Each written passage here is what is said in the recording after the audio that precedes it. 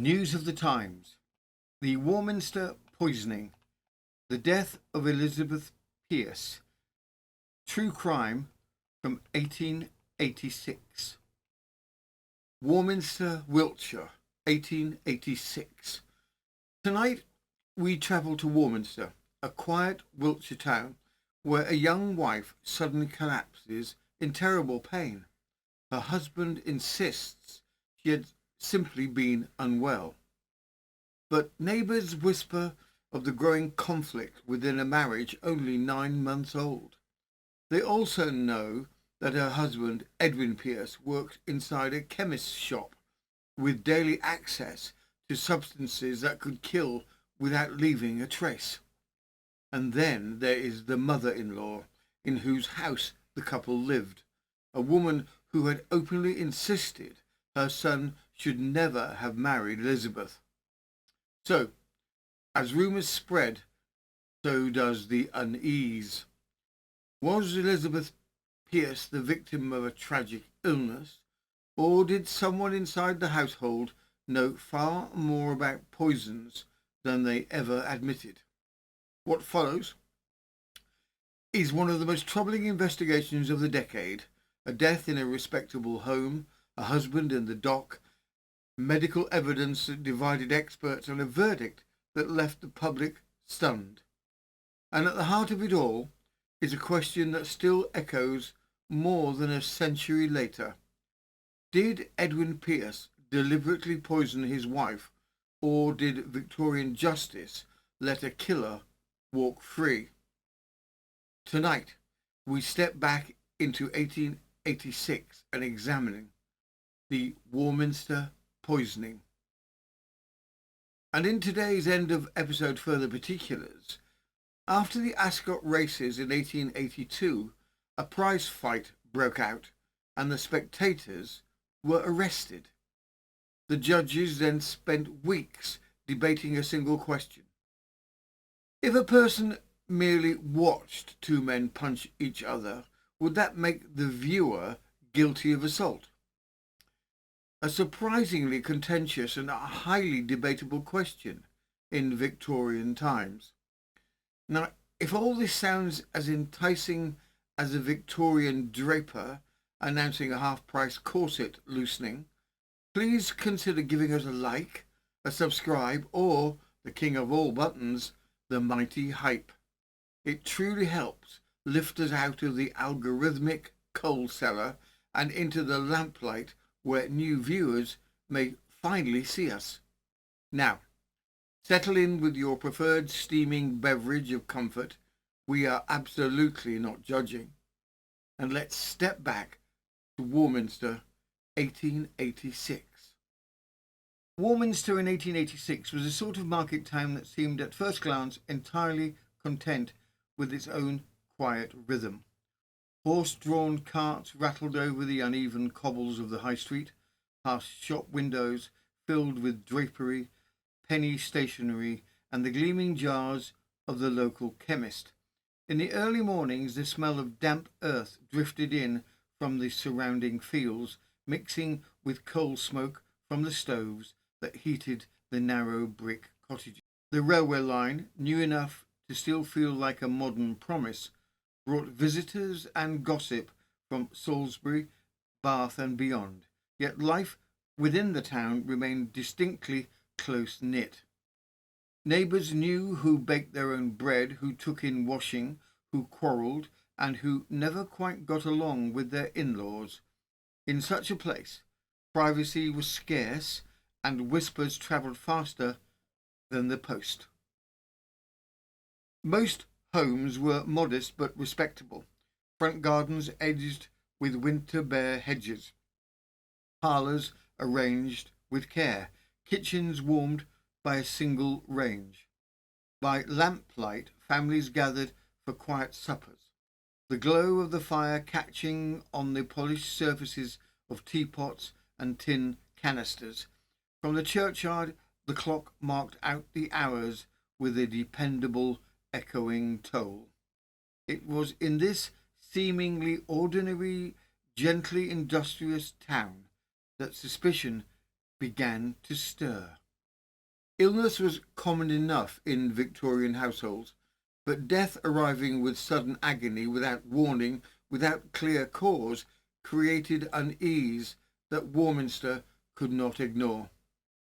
And when that death occurred inside a home already known for tensions between a young wife, her husband, and a disapproving mother-in-law, the town's stillness took on a different weight.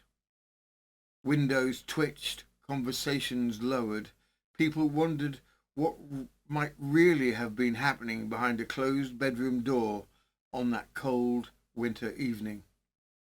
Because even in a place as peaceful as Warminster in 1886, tragedy had a way of revealing fault lines that no one had wished to see. Elizabeth Ann Pearce.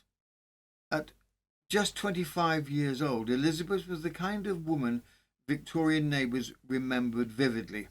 Bright, capable, cheerful, and trying to build a life in difficult circumstances. Before her marriage, she had worked respectably as a housekeeper for chemist John Rogers in Warminster, where she was known for carrying out her duties satisfactorily and without complaint. When she married Edwin Pearce, the chemist's porter, in April the previous year, it may well have seemed like the start of a modest but stable future, but stability never materialised. Now living not in her own home, but in the cramped household of her mother-in-law, Elizabeth took on charing work whenever she could, yet her earnings were never accounted for in the home, a point her husband used repeatedly to paint her as irresponsible. And yet Elizabeth herself told a very different story. To neighbours, she confided that tea and food at home made her ill. She said she was being poisoned and starved to death. She complained of ongoing diarrhea and sickness for months before her collapse. She insisted more than once that she would not live long. Whether these were the words of a terrified woman, a sick woman, or a woman simply crushed by domestic tension, that is at the heart of the tragedy. What is clear is this: those who knew her best said she was neither simple-minded nor unstable. She was, as one neighbour stated, anything but the naive girl her husband later tried to portray. In life, Elizabeth Pearce had little power. In death, she became the centre of one of Warminster's most troubling inquiries. Edwin Pearce, by contrast, was outwardly everything a Victorian townsman might admire. A chemist's porter, trusted with access to stockrooms and poisons, a treasurer for the local Salvation Army Corps, a man whose colleagues described as bright and lively, even cheerful on the very day his wife collapsed. But inside the household, a different portrait emerged. He and Elizabeth shared a deeply unhappy marriage.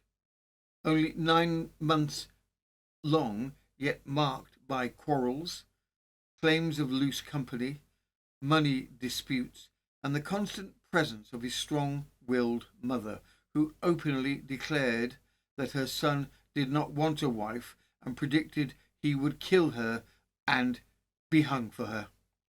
Edwin had, for months, given all his wages to his mother, who ran the household entirely.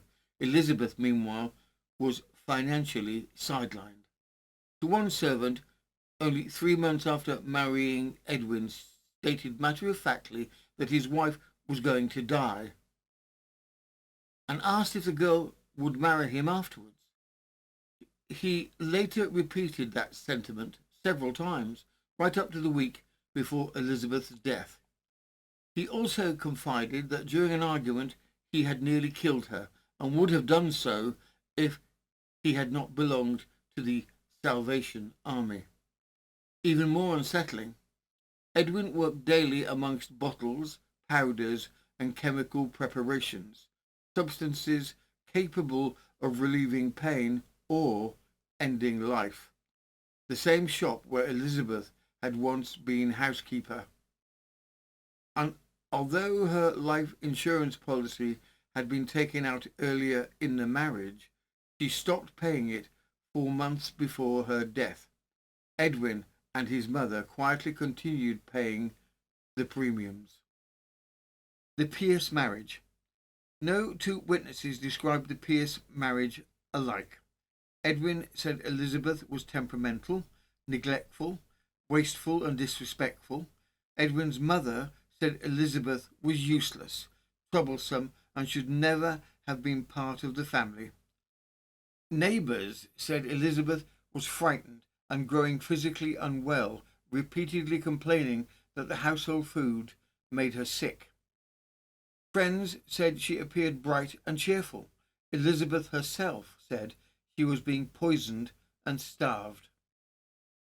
Layered over all of this was Edwin's unique access to poisons and the cold, astonishingly casual predictions of his wife's impending death.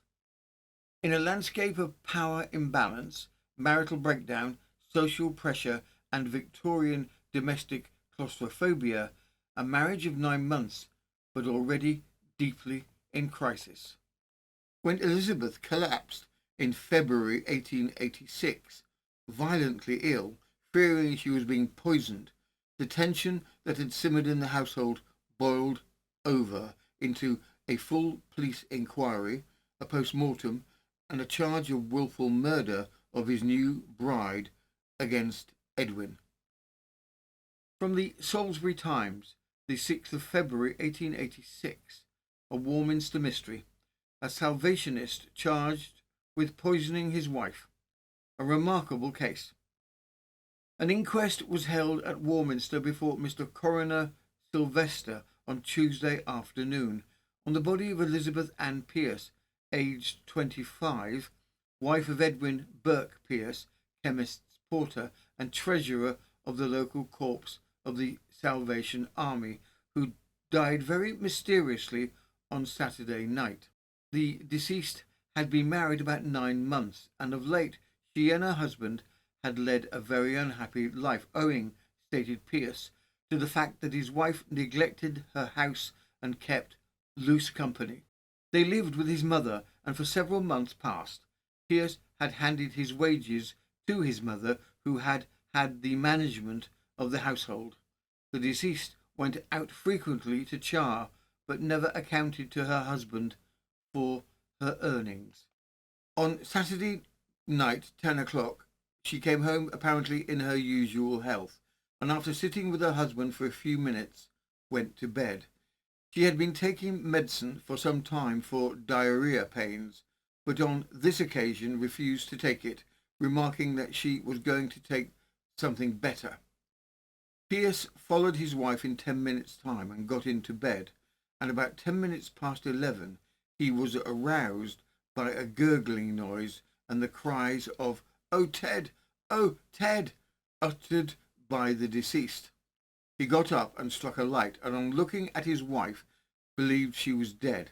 He called his mother and a neighbour and ran for Dr. Wilcox, who, on his arrival, formed the opinion that the deceased had been poisoned. He looked around the room, and while doing so Pearce said he called his attention to a bottle standing in the window which contained some fluid.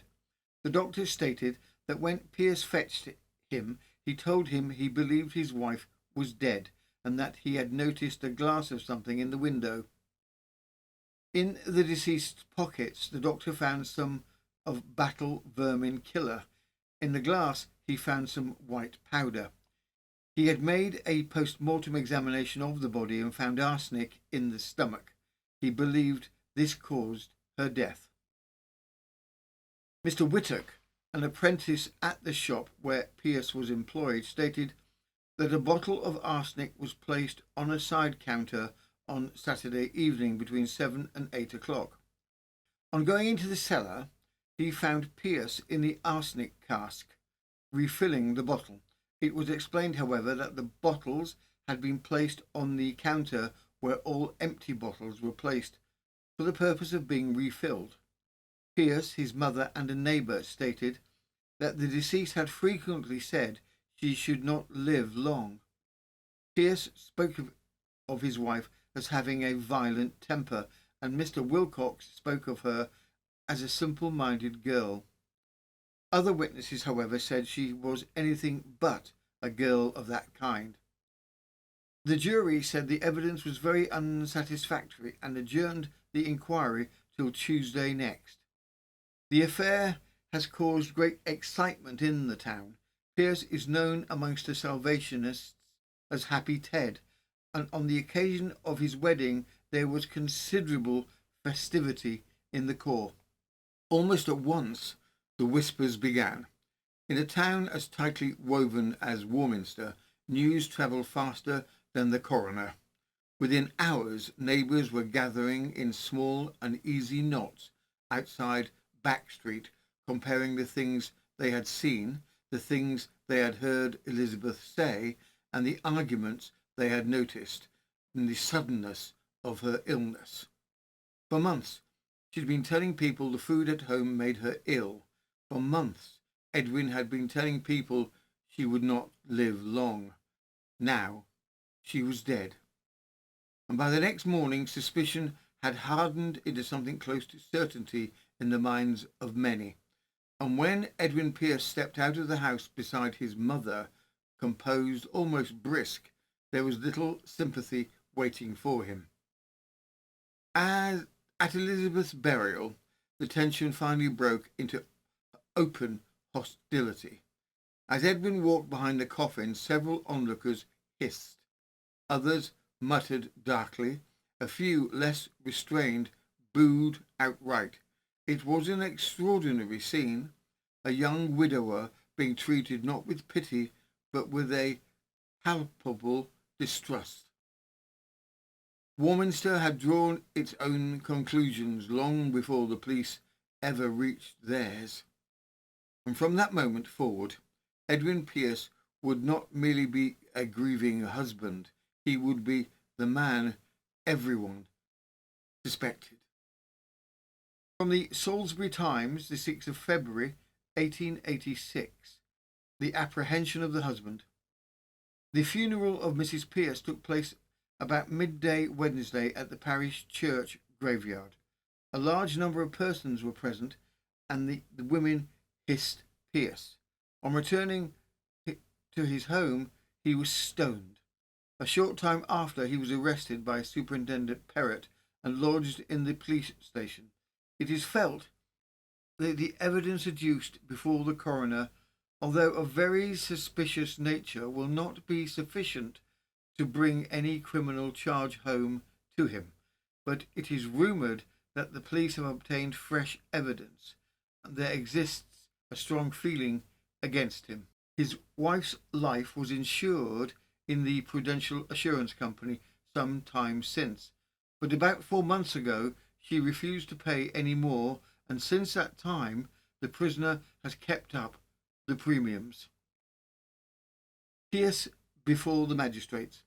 At the Warminster Police Court on Thursday, Edwin Bert Pearce, chemist's porter, was charged on suspicion with the wilful murder of his wife on Saturday last. The court was crowded, and on the entrance of the prisoner there was much hooting and hissing. The only evidence taken was that of Dr. Wilcox, who stated that the prisoner fetched him at 20 minutes past 11 on Saturday night and told him his wife was dead. Witness found her lying on her stomach in bed, quite dead but warm. In a tumbler in the window near the bed he found a small quantity of white arsenic, and in the deceased's pocket he found a portion of Battle's vermin killer and a packet of calomel. He had since made a post-mortem examination and found traces of arsenic in the stomach. He had no doubt she died from arsenic poisoning. The prisoner was remanded till Wednesday, the day after the adjourned inquest. The contents of the stomach had been sent away for analysis. A large crowd gathered in the street, and as the prisoner was taken to the police station, escorted by 8 constables. He was followed by a large number of people and frequently hissed. Prisoner looked haggard, but maintained the self-possession manifested at the inquest. Though it soon became clear that Elizabeth Pearce had died from arsenic, nothing about the case was straightforward. The real question, the one that seized Warminster, was how she had come to ingest it, and who, if anyone, had placed the poison in her food or drink. And so the rumours that had already begun whispering through narrow streets found a new, sharper edge. Within days an inquest was convened, and it drew the town like a magnet. Neighbours, tradesmen, Salvation Army members all crowded into the room or hovered outside the doors, desperate to hear every word, because everyone knew one critical detail. Edwin Pearce was a chemist's porter, a man with daily access to powders, tinctures and poisons locked behind the shop counter, a man who understood their names, their strengths, and how easily they could be disguised. And everyone also knew this: Edwin's 9-month marriage had been far from happy. From the Salisbury Times, the 20th of February 1886, the Warminster poisoning case. An open verdict. The adjourned inquest on the body of Elizabeth Ann Pearce, wife of Edwin Bert Pearce, chemist's porter, was held on Friday last week before Mr. Coroner Sylvester. Witness after witness stepped forward, painting an increasingly troubled portrait of life inside the Pearce household. Several neighbours recalled Elizabeth complaining that the tea and food at home made her violently ill, a fear she repeated so often that it became for them part of her daily conversation.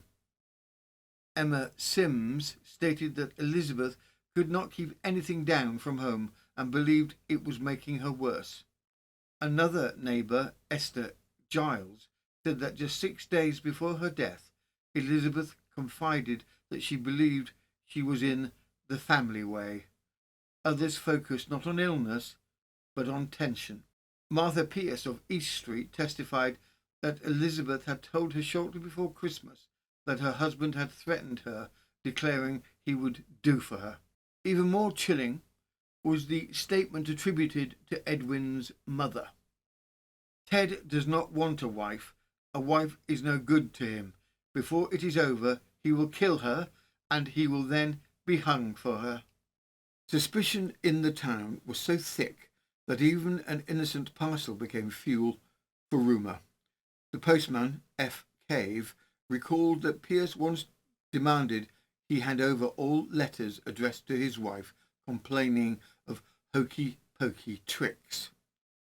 One such parcel, with nearly a shilling's postage, was later revealed by police to contain nothing but sand, a cruel hoax, but one Elizabeth believed had been sent by her husband.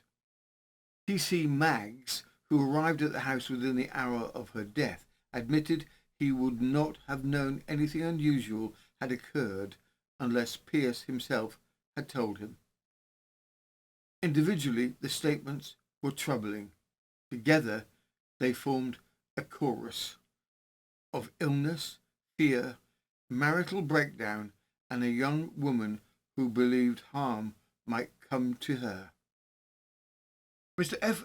W. Stoddart, analytical chemist of Bristol, testified that he had examined the contents of Elizabeth Pearce's stomach. He found 2 grains of strychnine and 1.5 grains of arsenic present, a quantity he described as unquestionably fatal. In his professional opinion, it was the strychnine that caused her death. A small packet of Rattle's vermin killer discovered in Elizabeth's pocket after her collapse was analysed and confirmed it contained strychnine. Stoddard added that as little as half a grain would be enough to kill an adult.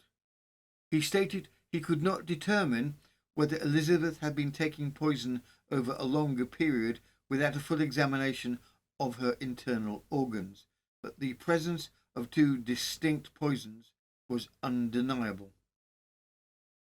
Another neighbour, Sarah Ferris, told the inquest that Elizabeth had confided far darker fears in the weeks leading up to her death, insisting she was being poisoned and starved to death inside the Pearce household.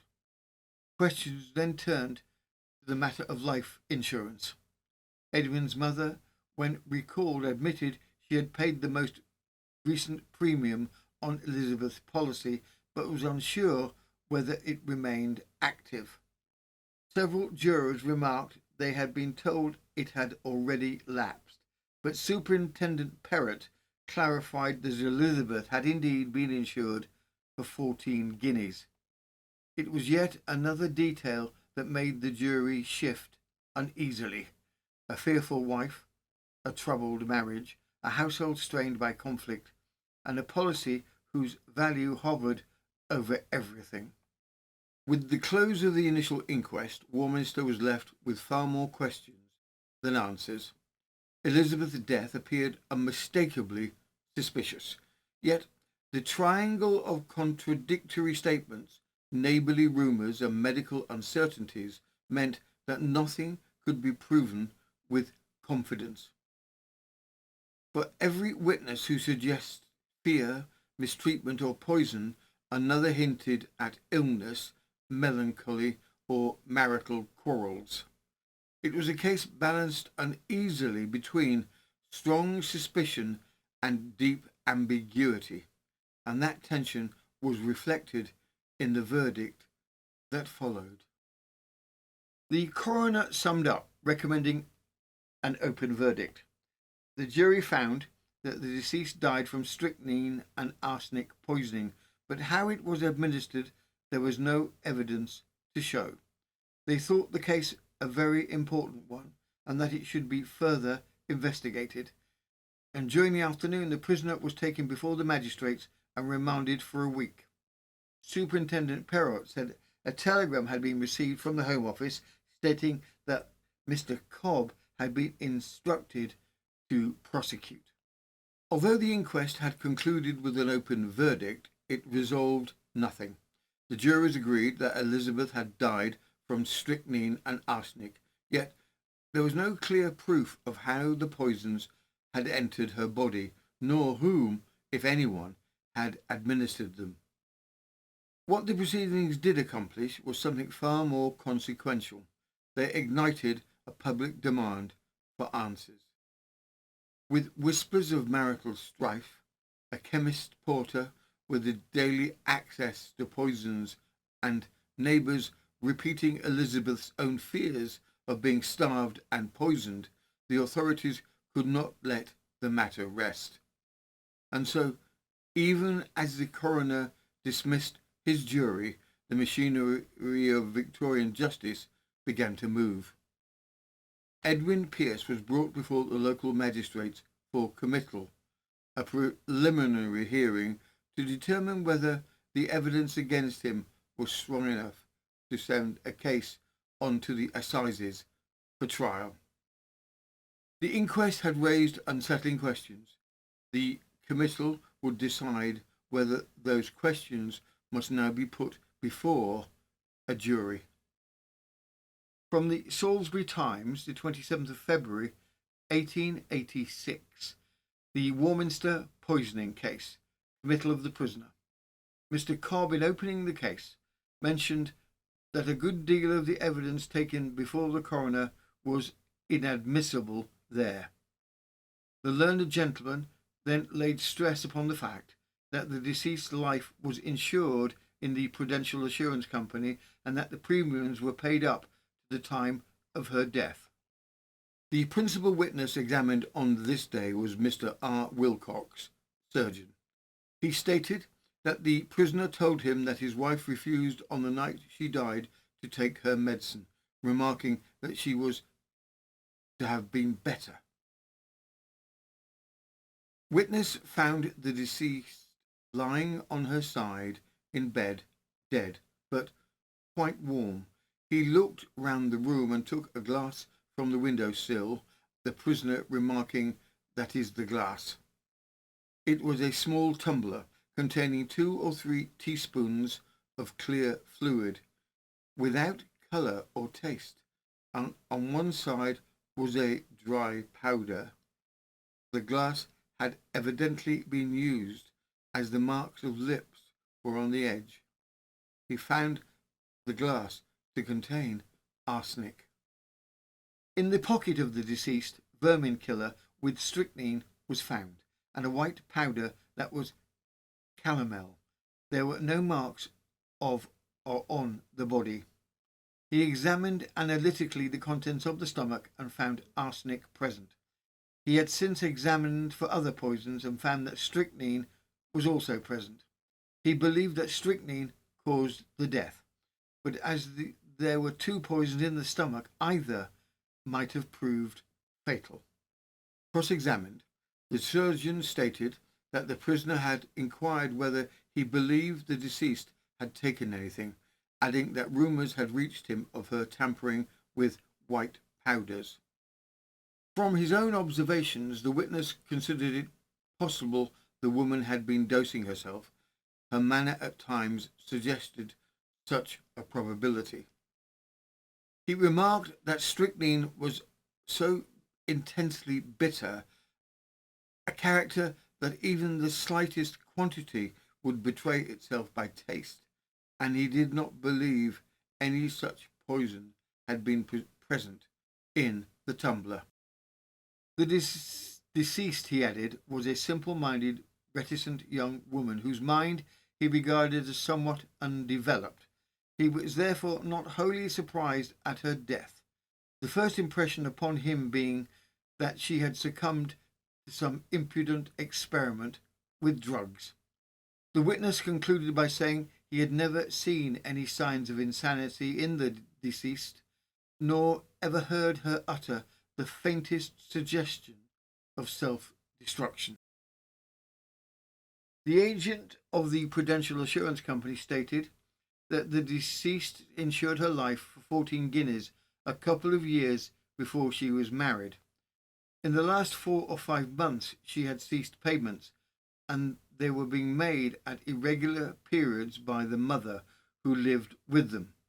4p was paid a few days before the deceased died, but as there were arrears of 15 weeks, the policy had virtually lapsed, only 9 weeks' arrears being allowed by the company. The deceased died on Saturday night, and on the Monday morning the prisoner called on the witness and asked him if he would be paid the money. For the defence, Mr. Rutter dwelt on the fact that there was not a single piece of direct evidence. It was entirely supposititious, and not of such character as would justify the bench in sending the prisoner for trial, because he had access to the poisons at his master's shop, in no way proved that he poisoned his wife. The whole case was surrounded in mystery, and the enquiries of the police had in no way elucidated it. Continuing for the defence, several witnesses were called in an effort to suggest that the deceased had been tampering with herself, seeking to prevent pregnancy, and that her death might therefore have arisen through misadventure rather than malice. They testified that Elizabeth had spoken of white powders and other substances, saying she knew what to take and what to avoid, remarking more than once that she had not lived at a chemist's without knowledge of what to do, and that she had no wish to have children. The bench committed the prisoner for trial on the capital charge. Throughout the proceedings he bore himself with a very light demeanour, and often joined heartily in any merriment caused by the drollery of some of the witnesses. Despite the muddle of claims, counterclaims, poisons, powders, and domestic quarrels, the magistrates agreed on one point: the case could not end at committal. There were too many unanswered questions, and every answer seemed to open a new line of doubt.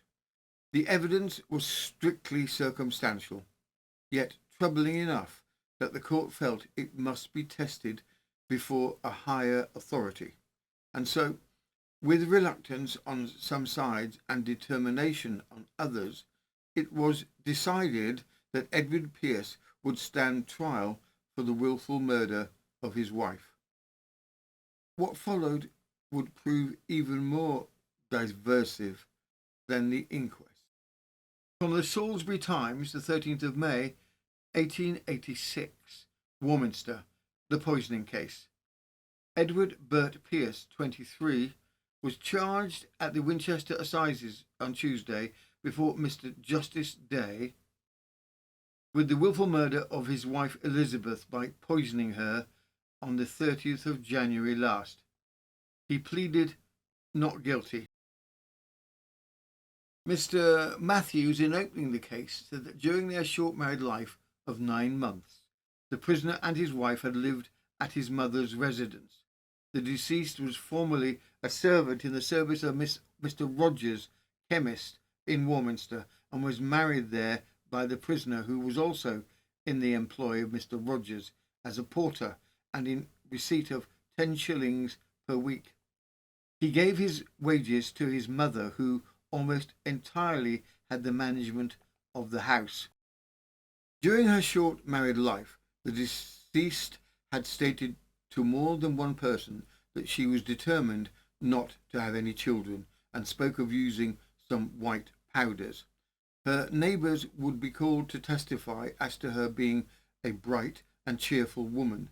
They would also tell the jury that in the month of January of this year she was constantly suffering from sickness and diarrhea. Medical evidence would also give us to show that she suffered from July to December last year.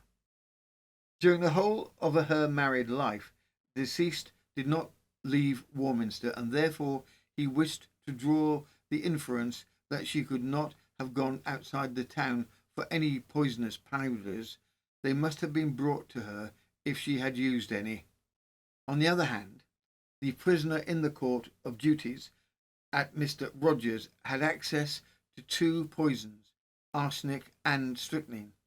The legislature had guarded the sale of these poisons with special precautions so that the public might be protected from taking or receiving them unawares. It is a white state arsenic could not be sold in smaller quantities than £10. If sold in less quantities, it had by law to be coloured either grey or blue. Prisoner, he would point out, had access to that poison and could take it without any record of the sale being made. The symptoms of poisoning by strychnine were violent convulsions and great rigidity of the limbs and muscles after death. This poison was kept by Mr. Rogers in a powder under lock and key, which prisoner had no access. It was also kept in solution and in vermin powders, to which the prisoner had access. During the whole of their married life, prisoner had daily access to uncoloured poisons. Now, proceedings Mr. Matthews. Symptoms of poisoning by arsenic were consistent sickness and diarrhea. In the month of September last, the prisoner had had a conversation with a servant who had succeeded his wife in Mr. Rogers' service, named Feltham. He told her he did not think Mrs. Pearce would live long, and asked her, Feltham, to become his wife. The importance of that conversation was not to be overlooked. Previous to her death, the deceased had not been seen to possess any powders, nor could she have received any by post. But in December last, she received a package from the post office, which the prisoner and his mother refused to take in, as there was 11 pence to pay on it. The packet had been sent to the deceased apparently as a joke, for when she opened it, in the presence of the witness, it contained nothing but sand. In the month of January last, the deceased was perfectly free from sickness and diarrhea. On the 23rd of January, she informed her neighbour that she expected she was en sight pregnant, and the same day the prisoner's mother paid a visit to Mr. Parker, agent for the Prudential Insurance Company, with whom the deceased had effected an insurance policy. The premiums had been in abeyance from October 1885 to January 1886. The mother paid Parker fourpence, which he accepted, and told her that the office would look to him for the charges which were overdue. Mr. Matthews then gave the jury a careful outline of Elizabeth's final day. He traced her movements from 9:30 in the morning, when she left home in good spirits, to work at Mr. Cornish's, where she ate heartily and spent the day cheerful, talking excitedly of celebrating her upcoming birthday on the 1st of February. After leaving in the evening, she stopped at Mrs. Alexander's, purchasing a copy of the Family Herald and a fashion book, and then visited Mr. Rogers, the draper, then called upon a neighbour, Ellen Bickett, again mentioning her birthday, before finally returning home. Meanwhile, that same afternoon at the chemist's shop, Mr. Rogers had served a customer with coloured arsenic powder and placed a bottle containing nearly a pound of white strychnine upon the empty bottle counter. The prisoner, it was said, took this bottle downstairs to the cellar and placed it behind the arsenic table. Within 40 minutes of Elizabeth entering her home, she was dead from the unmistakable effects of strychnine. Arsenic was also discovered in her organs, and by her bedside lay a tumbler containing powdered arsenic at the bottom. In the pocket of the deceased's dress was found a purse containing a packet of Battle's vermin powder and a packet of calomel. It will be for the jury to consider whether sufficient quantity of vermin powder had been taken to cause death. Was her death caused by the vermin powder or by taking the arsenic white? How did the deceased obtain access to the powder? Every chemist in Warminster would be called to show that there was no record of any sale of strychnine or arsenic to the deceased. He did not know in what way she could have got the powders. To his mind, the deceased was looking buoyantly forward to her birthday, but the prisoner seemed more anxious about the insurance money. Later, on the very morning following Elizabeth's death, Edwin visited the Prudential agent to ask how he might obtain the money on her policy. When the agent inquired about the cause of death, Edwin replied at once, poison. The agent, taken aback, asked Edwin to leave the documents with him until the matter could be investigated. In conclusion, Mr. Matthews contended that the circumstantial chain of evidence was in favour of murder. He appealed to the jury to decide the matter impartially, favourably to the prisoner if they could. John M. Rogers, the chemist, testified that both the deceased and the prisoner had formerly been in his service, she as housekeeper, he as porter, with access to every part of the premises. He described the poisons kept on the premises: arsenic in bulk in a pail in the cellar and also in a bottle in the shop, and strychnine kept in three forms: a powder locked securely in a desk to which the prisoner had no access, a solution, and as a vermin killer powder kept openly in the shop. The prisoner, he noted, had access to the latter two forms as well as to the calomel. Rogers explained that arsenic before sale must by law be coloured, and that every sale of strychnine was duly entered and only made to persons he knew. No such entry existed for the prisoner. It was part of Pearce's regular duties to dust the bottles of strychnine, calomel and arsenic. He added that on the 30th of January, the day of Elizabeth's death, He had placed a bottle containing about a pound of arsenic on the empty bottle counter. In cross-examination, he spoke of selling large quantities of arsenic to farmers the previous summer and one bottle a week to Battle's vermin killer.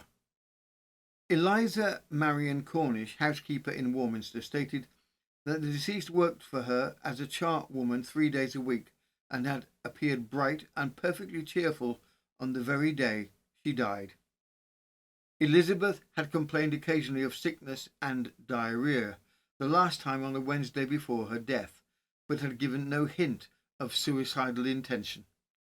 On the Saturday in question, Elizabeth arrived between 9 and 10 in the morning and spent the day in ordinary employment. She took several meals in Mrs. Cornish's kitchen, bread and butter with milk, a substantial dinner of roast beef, and later tea with bread and jam, none of which caused her any immediate distress. She left Mrs. Cornish's house at about 7:15 in the evening. Fanny Feather said she succeeded the deceased as servant at Mr. Rogers. About 3 months after the prisoner was married, he came to her and said that his wife was going to die. He asked her, in the event of Miss Pearce's death, to become his wife, and witness told him she would not.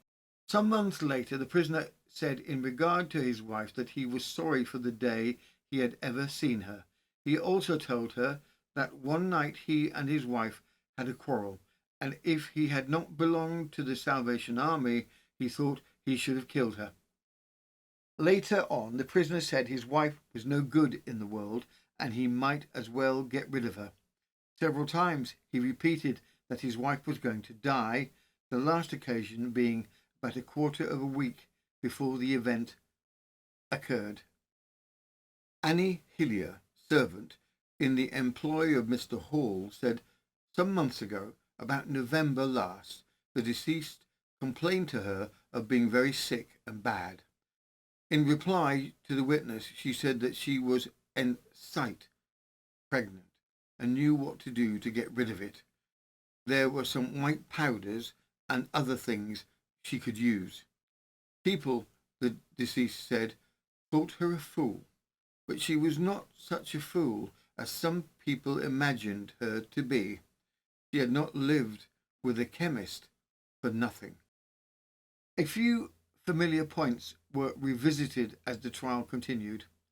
Postman Frederick Kane confirmed that Elizabeth often seemed anxious to intercept her letters before they reached the Pearce household, while Edwin repeatedly pressed him to hand such letters to him, allegedly and alleging hokey-pokey tricks on her part.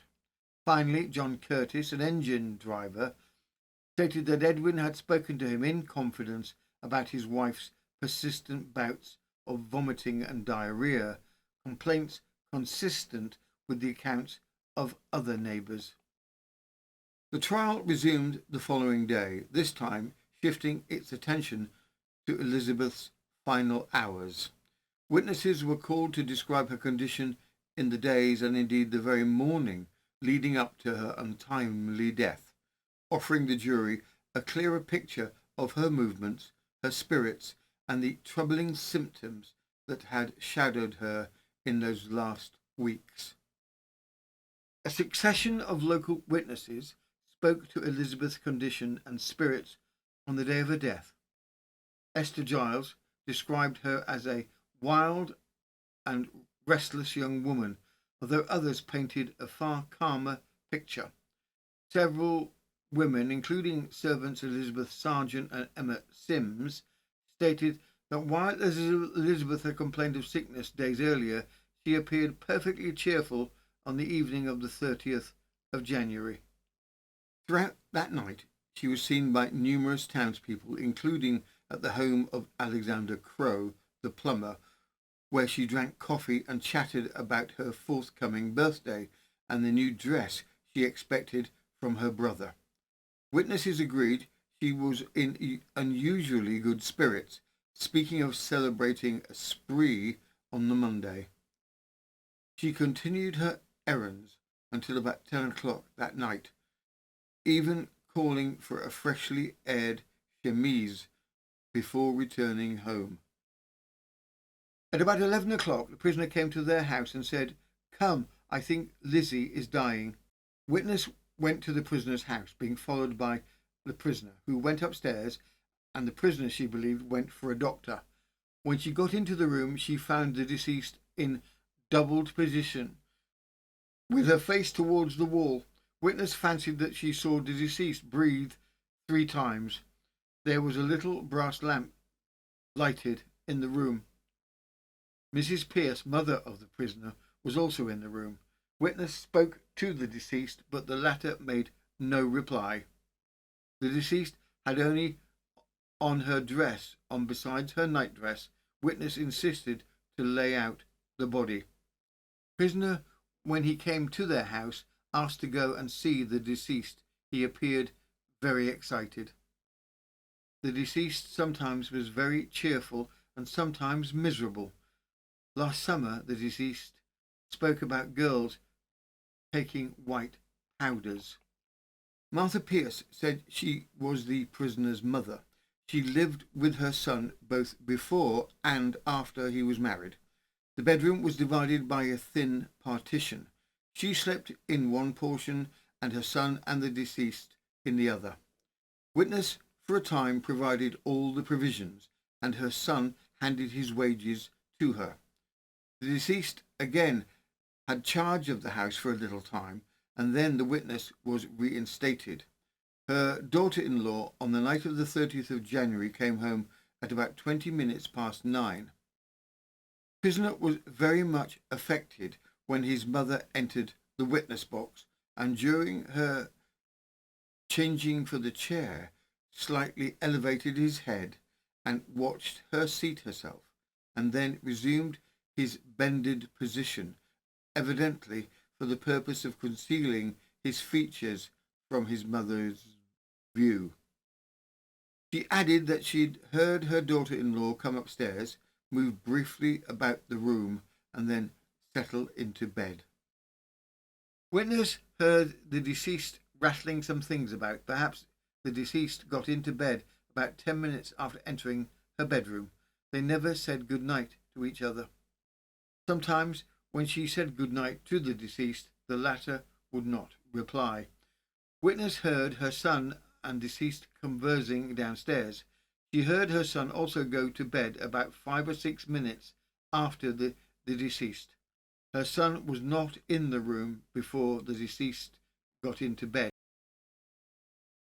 Witness dozed off, and some little time afterwards she was awakened by a gurgling sound.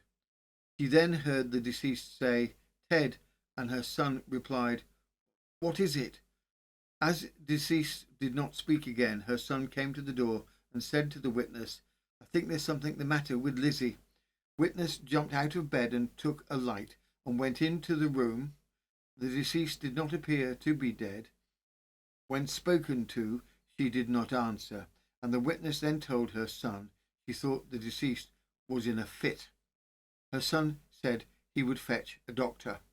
She believed her son said, "I cannot hear her breath." Witness could not answer whether there was a light in the room or not when she first went in. She felt the deceased's body and it felt very limp. Witness went downstairs for some brandy. Witness, continuing, said the deceased's clothes were on a box. She did not notice the deceased's dress. She was waiting for someone to come and to see if she was dead or not. She was not alone many minutes, not more than 5 minutes. She remembered that. Dr. Wilcox asked for the dress the deceased had worn during the day. Witness put her hand into the pockets of the dress and turned the things out. Her purse was turned out of the pocket, and Wilcox took some packets out of it. One was, the doctor said, a packet of Battle's vermin killer. He said to the doctor, "We do not want such things as that, as we have neither mice nor beetles." The doctor took another packet of powder, but she could not say whether he said it was caramel or not. Witness never saw the tumbler, which was taken from the windowsill, till the doctor showed it to her.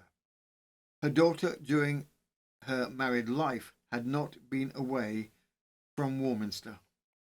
Charles Felix Parker, agent for the Prudential Insurance Company, stated that Elizabeth had insured her life for 14 guineas in 1883, the premiums being paid regularly until the previous October. On Monday the 1st of February, the day after her death, Edwin Pearce brought in her policy book and inquired how the insurance money might be claimed. When asked the cause of death, he replied that his wife had been poisoned, adding that Dr. Wilcox had told him so. Two of Elizabeth's brothers, Sidney and William Haynes, testified that they had never sent her any poison or white powder of any description. All Warminster chemists were examined to establish that Elizabeth had not purchased poison from them. Mr. Rogers confirmed there were only 4 chemists in the town, strongly implying that she could not have obtained toxic substances through legitimate sale. Frederick Wallace Stoddard, analytical chemist from Bristol, said that he found in the stomach traces of arsenic and strychnine. He attributed death to poisoning by strychnine. Dr. Thomas Stevenson, official analyst to the Home Office, said they had formed the opinion that death resulted from poisoning by strychnine. He was of the opinion that arsenic had been taken within an hour of death. There was also the greatest possibilities that strychnine had been taken within half an hour of death. Either the arsenic had been taken first or simultaneously with strychnine. Enormous quantities of arsenic had been taken without fatal effect. The case for the prosecution closed with the evidence Dr. Stevenson and the court adjourned. With the Home Office's analyst's testimony, the prosecution's case came to a close, a case built on chemistry, circumstance, and a marriage steeped in unease. But the defence countered with a familiar line of argument. The same witnesses who had appeared at the inquest now returned to suggest that Elizabeth was a troubled young woman, prone to talk of white powders and determined, they claimed, to avoid pregnancy at any cost. They questioned her temperament, her judgment, even her intentions. It was now one narrative against another, deliberate poisoning or fatal misadventure. And as the courtroom shifted to the defence, Warminster and its surrounding villages waited anxiously. What would the jury decide in a case that had offered as many contradictions as conclusions? From the Salisbury Times, the 20th of May, 1886, the verdict in the Warminster poisoning case. Mr. Matthews summed up and was followed by Mr. Foote, who asked the jury to believe the deceased had died by misadventure, although the taking of poison is in the belief that she was pregnant. His lordship, in addressing the jury, said the case presented difficulties which he confessed to himself were insoluble. The jury retired to consider their verdict at 4:15, and 15 minutes later returned a verdict of not guilty. And so, with that brief withdrawal from the courtroom, the fate of Edwin Pearce was decided. After only 15 minutes, scarcely enough time to revisit the months of sickness, the glass on the windowsill, the powders in her pocket, or the tangle of conflicting testimony, the jury returned with its answer: not guilty. For some in Warminster, the verdict confirmed what they had quietly believed all along, that Elizabeth was a troubled young woman whose own actions, death by misadventure, had led to her tragic end. For others, it was a stunning conclusion: a husband freed, a young wife buried, and a household of unanswered questions left behind. No one else was ever charged. No further inquiry was opened, and Elizabeth's Pearce's death, so sudden and so fiercely debated, faded back into the quiet rhythms of the town that had once whispered about her. Yet, more than a century later, the contradictions remain. A marriage in turmoil, a woman who feared she was being poisoned, a man with access to deadly substances, and medical experts who could not agree on the final moments of her life. Whether Edwin Pearce was an innocent man falsely suspected or a guilty one who walked free is a question that Victorian justice could not or would not resolve. And perhaps that is why the Westminster poisoning is still echoing today, a case built on shadows, suspicion, and the unsettling possibility that the truth never made it into the courtroom at all. Further particulars. While Warminster was puzzling over poisons, the judges of England were busy debating an entirely different question. Can you be guilty of assault simply by watching other people hit each other? This arose from Regina versus Coney, a case born from an illegal prize fight that broke out after the Ascot races. Prize fights were banned at the time, technically breaches of the peace, although large crowds still gathered to watch two men batter each other for money. Dozens of spectators claimed they were accidentally present, having merely followed the crowd with innocent curiosity, as one does at Ascot apparently. The local court convicted them anyway, insisting that by standing there they were aiding and abetting the fight. When the case reached the higher courts, the judge split almost evenly. Some argued that the watching violence didn't make you part of it. Others insisted the opposite. Without spectators, there would be no fight. In the end, 8 judges outvoted 3, and the conviction was quashed, but not before Victorian Britain briefly panicked over whether simply looking at a scuffle might land you in prison.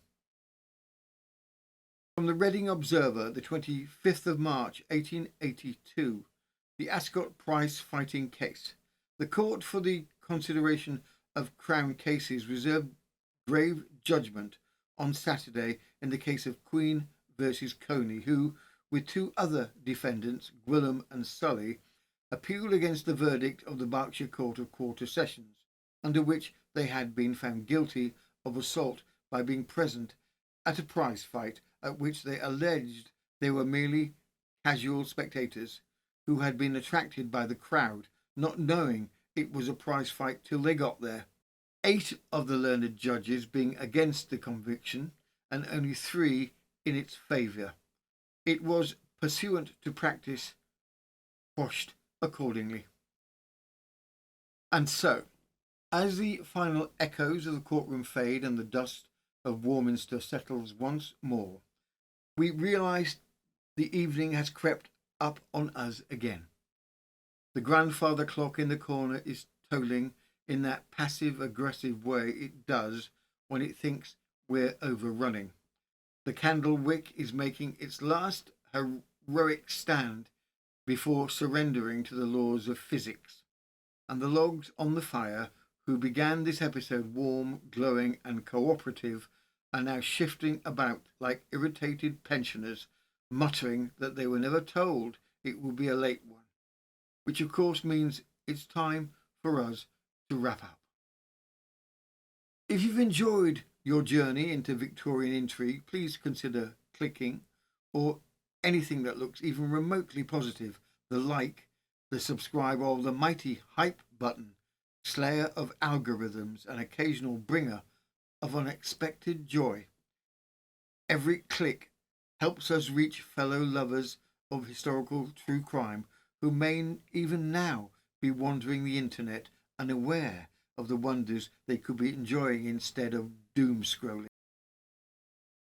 And if you'd like to go a step Further, we warmly invite you to join us on Patreon, where we keep a growing library of exclusives, 6 multi-episode series, our long-form documentaries, and a trove of historical scandals, all ad-free and all for roughly the price of a mediocre filling station sandwich per month, except, of course, far more satisfying, with more than 850 documentaries waiting to be explored at your leisure. This has been News of the Times, and I am Robin Coles, part-time narrator, occasional rogue antiquarian, and 3-time runner-up in the Wiltshire Competitive Teapot Appreciation Society. And finally, would the person feeding the pigeon in the back garden please desist? You are encouraging them. They have unionised, and we are now being invoiced for seed. We'll see you next time. Same News of the Time, same News of the Time channel.